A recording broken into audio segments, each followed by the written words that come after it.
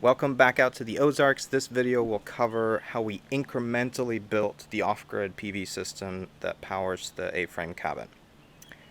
In this video, I will cover how we built the system piece by piece, how we planned that out, mistakes made along the way, things I'd do differently if we did it again, what worked well, what didn't work well.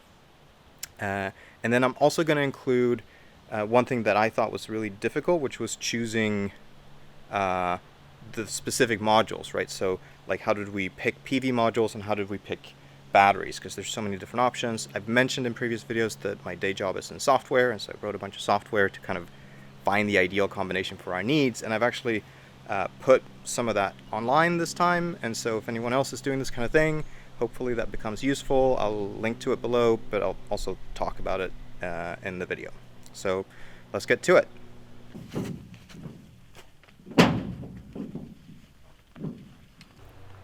The first step, ironically, I'm not going to cover in a ton of detail, and that's basically figuring out, okay, so we're going to build the solar PV system incrementally. What's the end state? Like, how big does the system need to be at the end of the day, right? That depends on what you want to get out of it, all these different things. I've talked in previous videos about how we sized it using Department of Energy's Energy Plus modeling software, which is a pretty bulky way to do it, and I think you can get 99% of the benefit of that by just using one of the online calculators or one of the, buy a PV book and do the sizing estimations there. The gist is, you look at what appliances do you have, like you're running HVAC, do you want to run an electric cooktop, water heating, just running the lights, that kind of stuff. And that gives you a number for how much power does the system need to be able to put out at any given point. Like, are you going to run the well pump and the HVAC and the induction cooktop and all those things are going to go at the same time? Can you run them one at a time?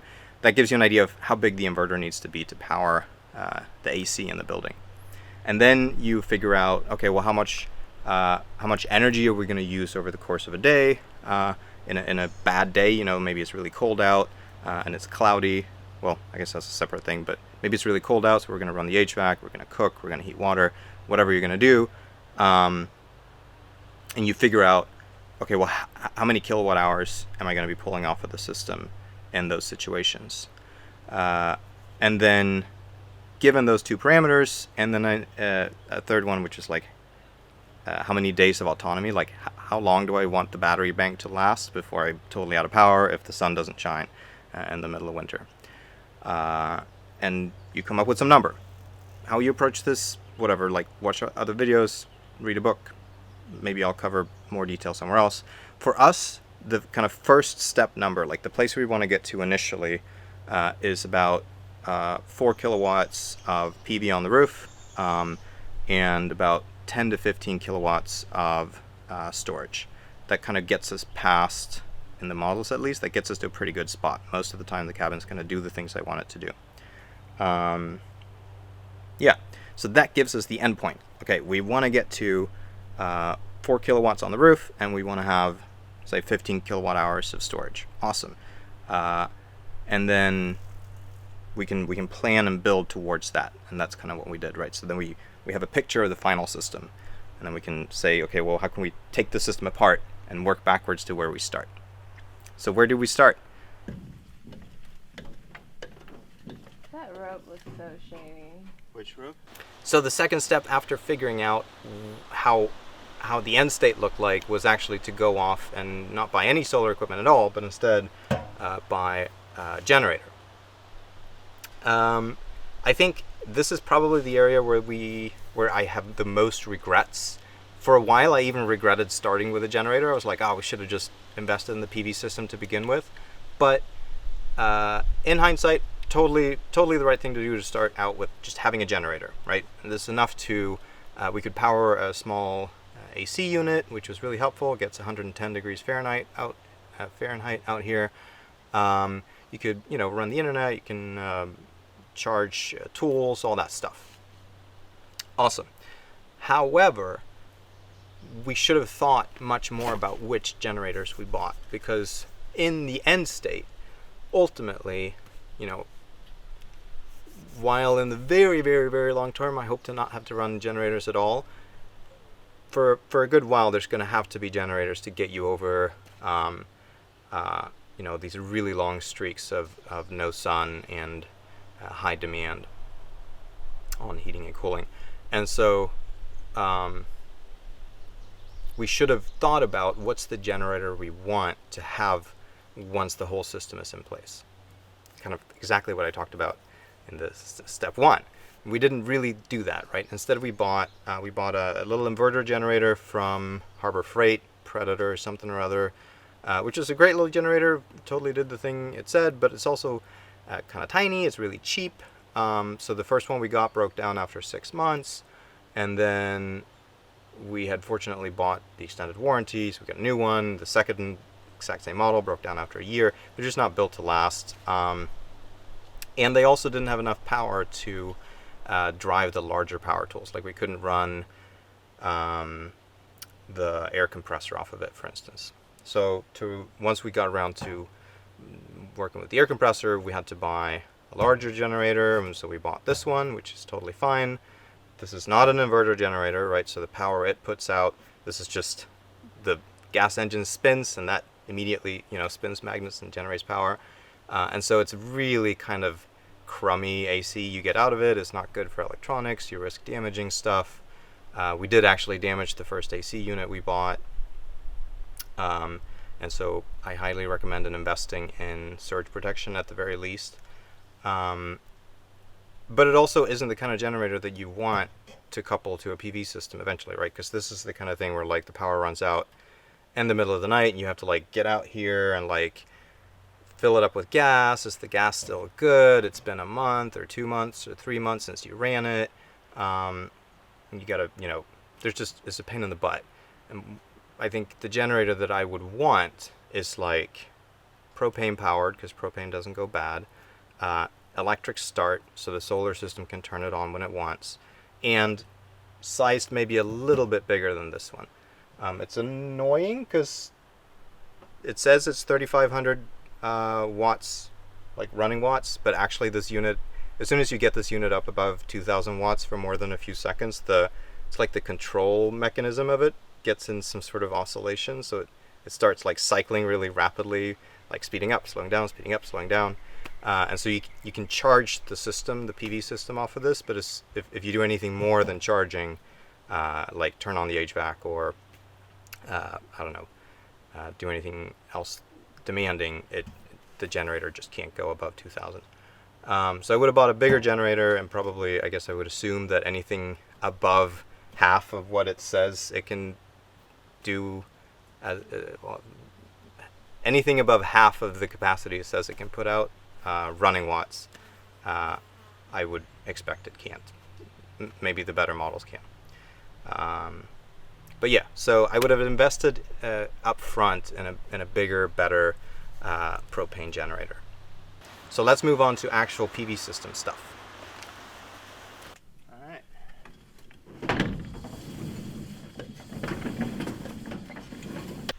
So the third step then is to actually start buying some solar equipment. And this is where the calculations from earlier should have came in when we bought the generator. They were, like I said, they didn't, but whatever, next time. But they did factor in when we bought this stuff, right? So I guess so really briefly, we purchased a Schneider 4048 inverter with some wiring stuff that goes with it. This stuff we bought that later. I'll talk about that in a second. But basically we bought the inverter and the battery, right? And so let's first talk about the inverter. The inverter is Schneider Connex 4048, so several different things there. So we chose Schneider because, I don't know, they're a reputable vendor. I like their regular electrical stuff that they sell, and so that seemed good. I liked that the system was modular, like all the different parts for the whole system could be from Schneider, which I thought would be nice because it'll all kind of fit together.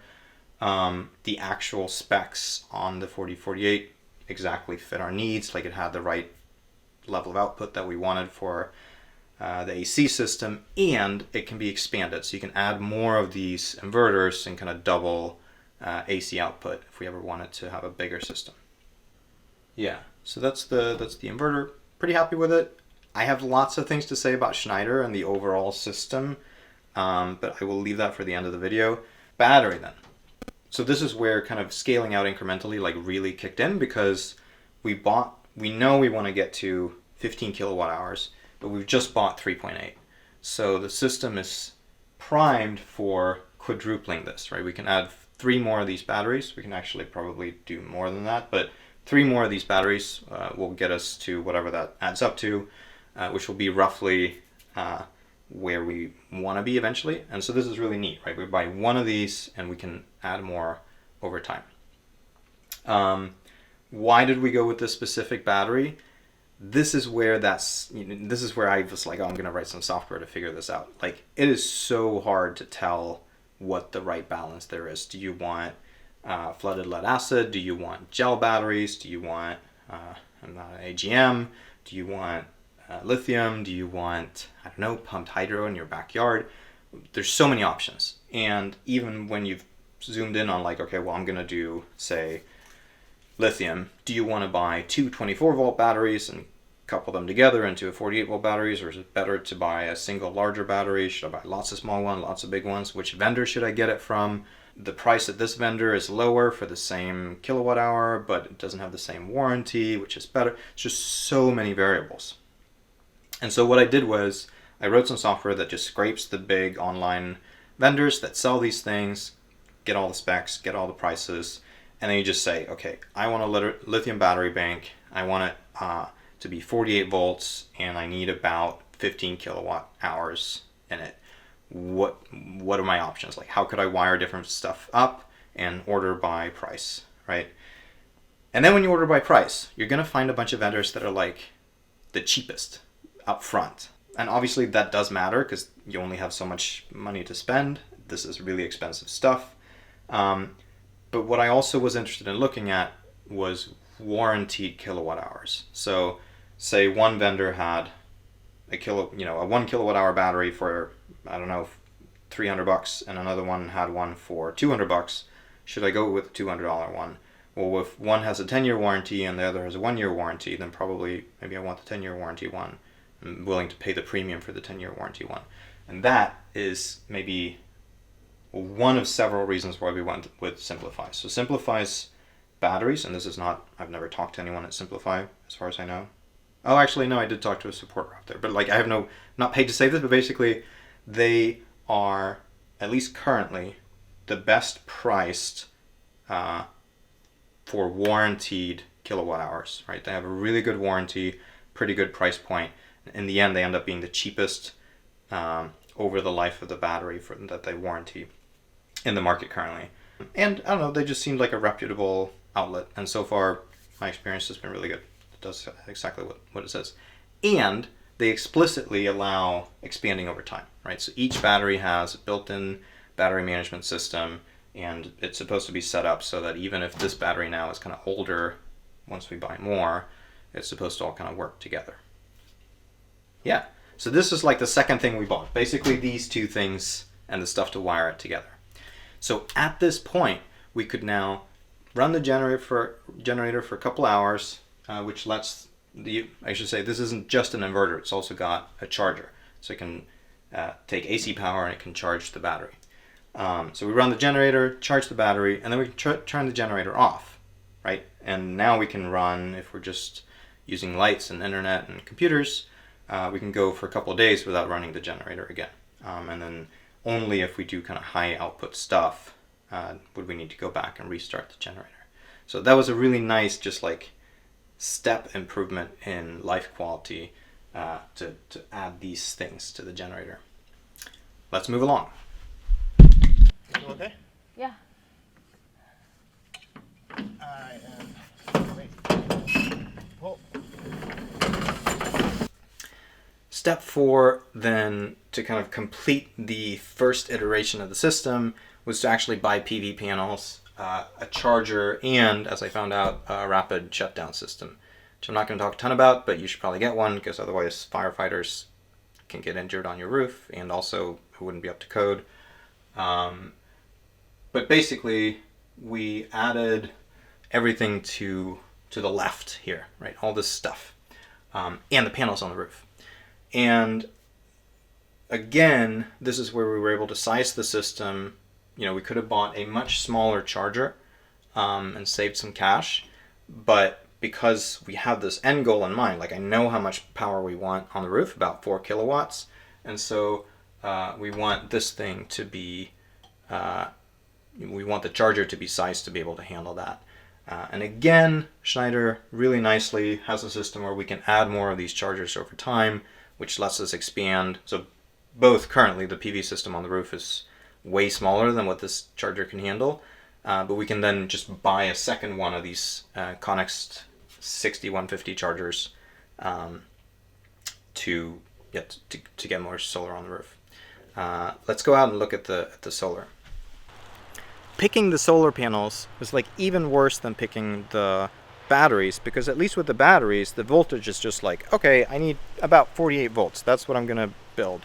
But with the solar panels, the voltages are kind of all over the place. There's all kinds of voltage ranges that you could build stuff into, and if you exceed them, and it's kind of a whole thing to figure out if you would exceed them, because it depends on, okay, what's the coldest temperature of the day or of the year, and there's all these calculations to figure out, okay, well, given this configuration, will that fit the specifications of my charger?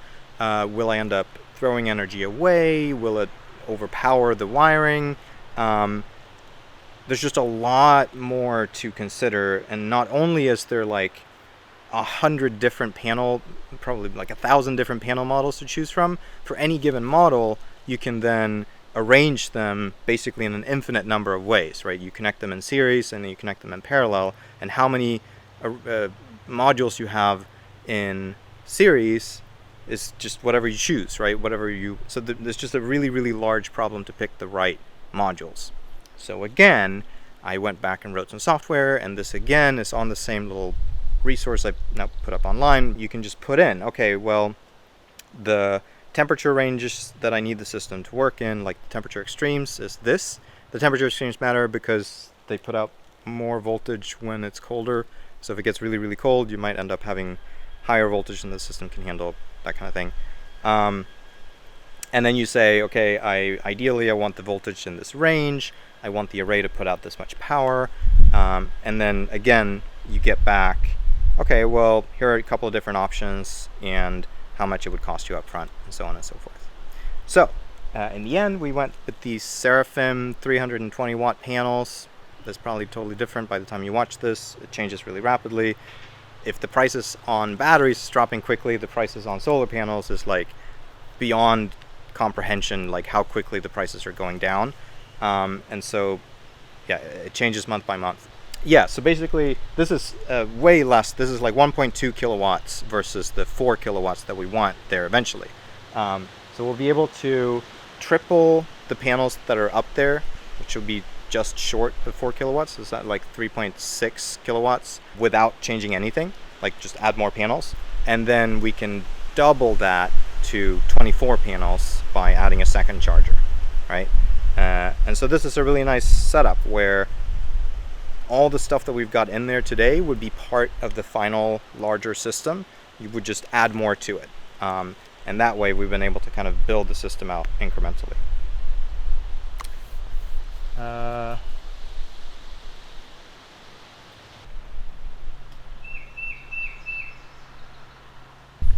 So let's wrap this up. The overall picture I want to paint is that the path we took of start with the generator, then get the inverter and battery, then get the solar system, and plan it up front so that you can kind of buy the smallest units you need initially and then expand over time without having to kind of go back and rebuild stuff, has so far worked really well.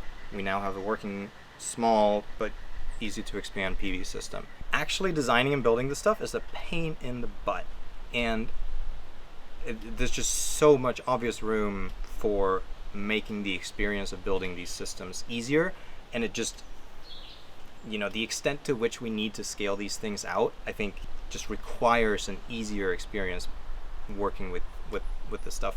And I think the obvious thing that makes it hard is that you're building 3 separate electrical systems, right? You're both building the normal home AC system, right? 120 volt, 240 volts, 230 volts, whatever you're doing. And then you're building the 48 volt DC system, right? The battery and the inverter part of the system. And then you're building the higher voltage DC system that the solar panels and the chargers are dealing with, right? Now, each of these systems have their own quirks. They have to have their own calculations to make sure they stay within safe boundaries. The wiring is different between them. The grounding is really intricate so that the three systems don't feed into each other in weird ways, but still everything needs to be ground. It's really complicated. And I think that having to juggle those things and all the calculations you need to do to make those things work is just like, it's just ludicrous. And the obvious thing, here's my prediction, is to get rid of all those three systems and just wire AC, right? This is what's already happening in on-grid solar systems, right? Where each solar panel has a microinverter, and so the wiring to the panel is AC, right? There's a little module on each panel that puts out AC into an AC wire, and all the DC stuff stays within the PV module. The benefit of that is that all of the wiring in the system is just AC. You just have to think about AC and all the kind of, is this within bounds? Is this enough or not? Like all the difficult calculations end up kind of going away, or at least a lot of them end up going away. And you end up having to do the same thing then with the battery and the inverter, and obviously do something like the Tesla Powerwall, which is like an integrated unit that can consume and output AC, right? It deals with the battery DC system. Yeah. That just seems like a much simpler option to install, because then you as the installer only have to think about the AC part of the system. Not only, but much less moving parts. So if I were to do this again today, I would still do it with pretty much the exact setup we have already. I really like the Schneider equipment. It is incredibly user unfriendly. It's like actively trying to sabotage itself all the time. It's trivial to accidentally configure the tiny little LCD screen from the 1980s or something to do the wrong things. Like, it's just ridiculous how unfriendly it is to work with. But it is rock solid. It does all the things it said on the box it was going to do. And overall, I really like it. And so if I were to do this again today, I would probably build the exact same system that we built already. Except I would go with a much better generator to start with. But if I got to choose, I would wait 5 years for Tesla to support off-grid usage, or for some other vendor to buy or to ship a Powerwall style off-grid system, so you don't have to deal with the DC parts of the install. You just run AC between everything. Simpler to think about, much less risk. Yeah, just all in all, that seems like the better option. Yeah, and there you have it. That's the PV system we ended up building. This is how we built it incrementally. All in all, I'm super happy with where we ended up. I wish we would have bought a bigger and kind of, electric start propane generator from the beginning. But you live and you learn. Otherwise, we now have the system that we can just add panels to, add batteries to, potentially add inverters and add chargers to. And so it feels really good. If you are watching this video in the future and are interested in, you're thinking about doing something like this yourself, I would totally spend a lot of effort trying to do an off-grid system with microinverters instead. It just seems like, obviously I haven't done it. There's probably lots of difficulties with that too. But it just seems like it would be a lot easier to reason about. You could take out the 2 additional DC systems from the calculation. Yeah, and if you're looking for what panels to pick, hopefully the software that I put up is helpful to other people. I'll try to maintain it, and yeah, leave a comment if you find it useful, if there's functionality that you think would be nice to have added to it. Yeah, as always, I know there's a lot of people out there that do these kinds of systems all the time. So if you're a PV installer or someone that's done this elsewhere, let me know if you saw any mistakes or things you would do differently. Yeah, just leave a comment, and yeah, enjoy your summers. Ciao.